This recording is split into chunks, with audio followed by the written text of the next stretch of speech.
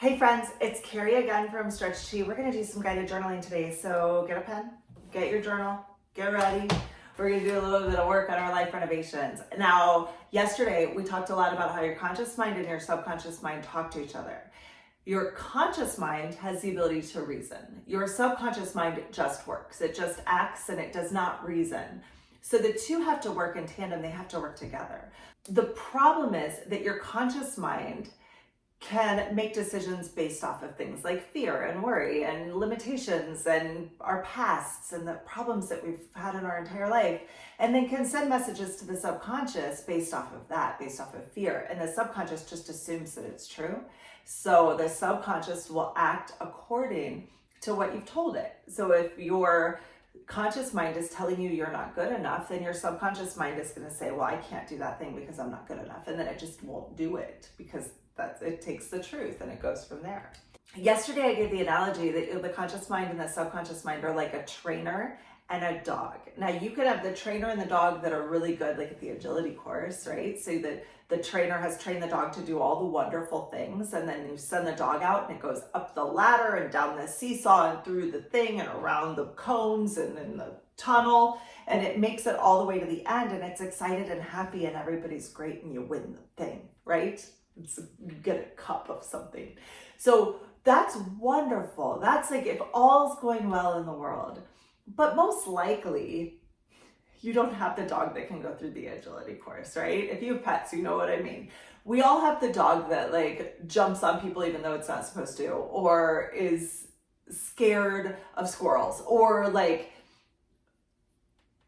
sleeps on the couch, or, and you tell it to do stuff, but it doesn't do it, or it's scared of the mailman and it doesn't matter. That's kind of how our subconscious acts. And it does that because it learned at some point that things are dangerous, or that things are bad for you, or that there are fears. And some of them are good, right? Like your subconscious mind can make decisions based off of fears real fast. Like, I don't want to fall down the stairs, so I'm going to go down these stairs in this way. If you thought about going down the stairs with your conscious mind, you would probably fall over. You'd have to go really slow. But you can run up and down the stairs like with your phone, or like reading a book, or, talking to people, and you don't even think about it. I mean, when was the last time you thought about every single stair? Never, right? Not since you were a kid. So we're going to work a little bit on how our conscious mind trains our subconscious mind today. So the first thing that I want you to do is in your journal, write 1 to 10.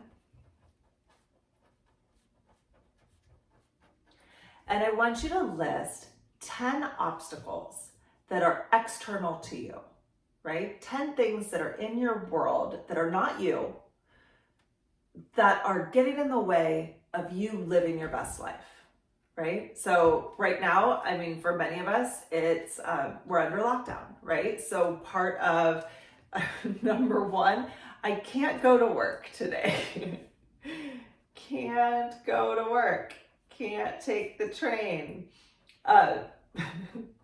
You might want to think about some other things too, or think of a broader spectrum too, because eventually this lockdown's going to lift and we're not going to have the same problems, right? So, like a lot of times time is an obstacle, like not enough time. Maybe money could be an obstacle, an external obstacle. Maybe your boss is an obstacle.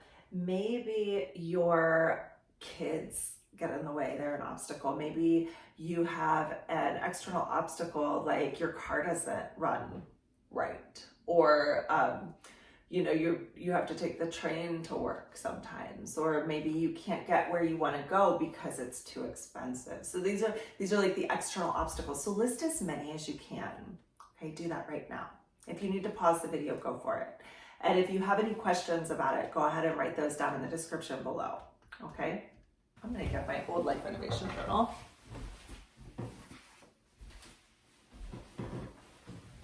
I've got it right here. And I'm just going to look at some of my obstacles from the past.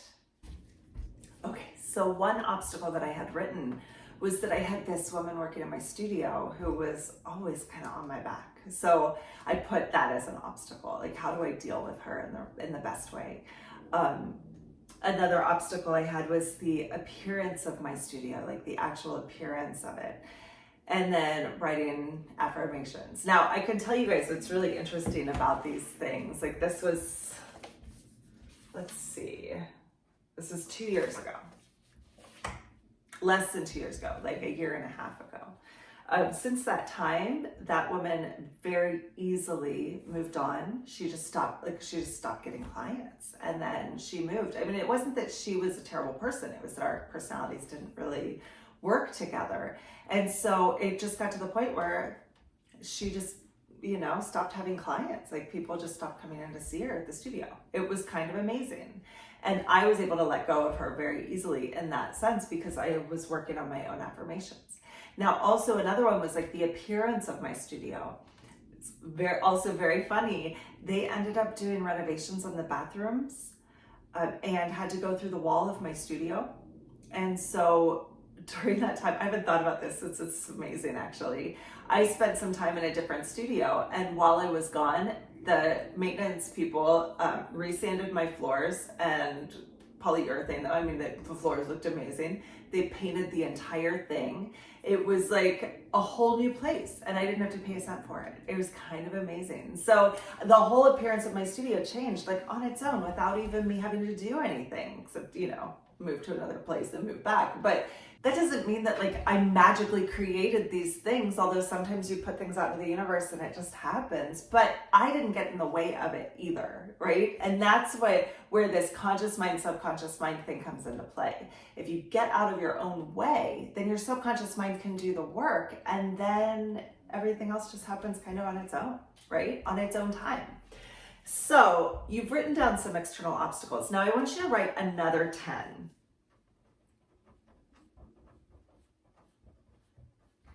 And now I want you to write physical obstacles. Now, you may not be able to come up with 10, that's okay, but physical obstacles would be things like, I'm tired.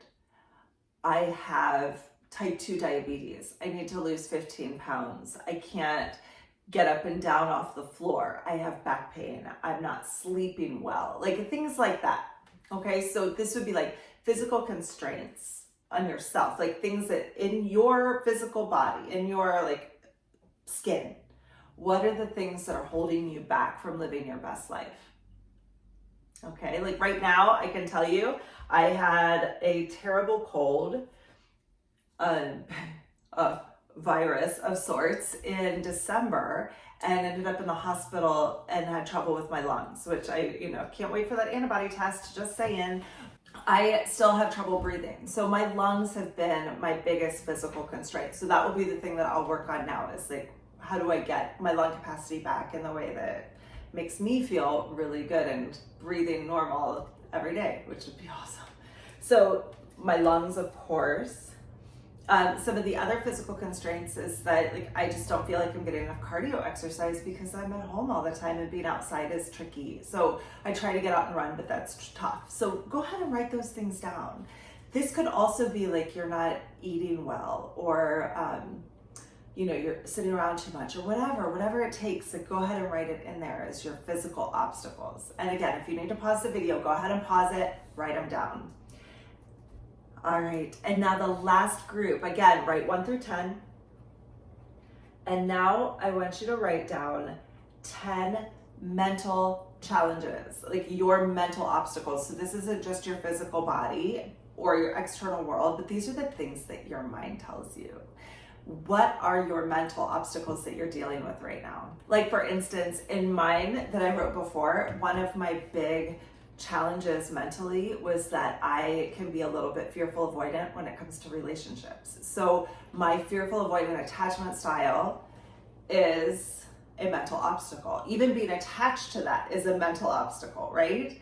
What other mental obstacles do you have? Is it that you don't feel like you're good enough? Like a mental obstacle could be that you don't have enough education to do the things that you want to do. You don't know enough, that you're not experienced enough. These are the things that would hold you back from living your best life. So pause the video and write them down. Okay, so basically what you're gonna do is take every obstacle and flip it into something positive. Now, the best way to do this is to actually put yourself in the mindset of the trainer of the dog. So if the dog said to you, I can't go to my office today. The trainer would like turn it around and be like, no, dog, don't be scared. It's okay. Your home office is fantastic. Here's a treat, right? You don't have to give yourself treats, but that's basically like that positive affirmation gives you that reinforcement, and then you feel like you've had this like boost of good energy. Or if you had another affirmation that was like, my boss is a total jerk, your affirmation could be, I really respect my boss. And so those affirmations are something that you can say to yourself over and over again, especially if you catch yourself in that place of being fearful. Even something that's like, I'm unlovable would be something where you could say like, I am worthy of love, or I love myself, or something like that. You just flip it around. Like, what would you say to the dog? If you had a dog that was scared, you would just keep saying to the dog, you're safe, buddy. It's okay. You're safe. You want some bacon? Like, right? Everything's good. You have the safety and security that you need. And so you just need to reaffirm those things to yourself every day. So take this moment and turn one thing into another thing, into a positive statement. Keep it in the present tense. This is very important. Start with, I am this. Like, I am safe, or I am affluent, or I am lovable. Make it really simple if you can. And if there's something that's a little more complicated, like for instance, I had this, the woman in my studio who was giving me trouble. So I said, I'm free to move forward with love in my heart. And that doesn't have anything to do with her, but it's just like, I can move forward, and if she's not part of that love, then she doesn't have to be, and it's okay. And then it was very easy for us to make the split. Or like, I was worried about being exhausted, right? Having too much demand on myself and really feeling exhausted. And I wrote, my body is healthy, my mind is brilliant, and my soul is tranquil. And I just kept saying those things to myself over and over again. Now, if you guys have any questions about affirmations, or you don't know, you just can't find one, then put your obstacle in the description box, and I'll help you find an affirmation, or maybe someone else in the community could help you find an affirmation. So feel free, just down in the the comments below, just write a comment and say like, I'm really struggling with this thing, right? So even if it's something like, I have back pain, then you could say, I feel mobile, or I feel like I can move easily in my world, right? Something like that. Like for me, for my lungs, I just keep telling myself like, I'm breathing easily, over and over and over. I breathe easy.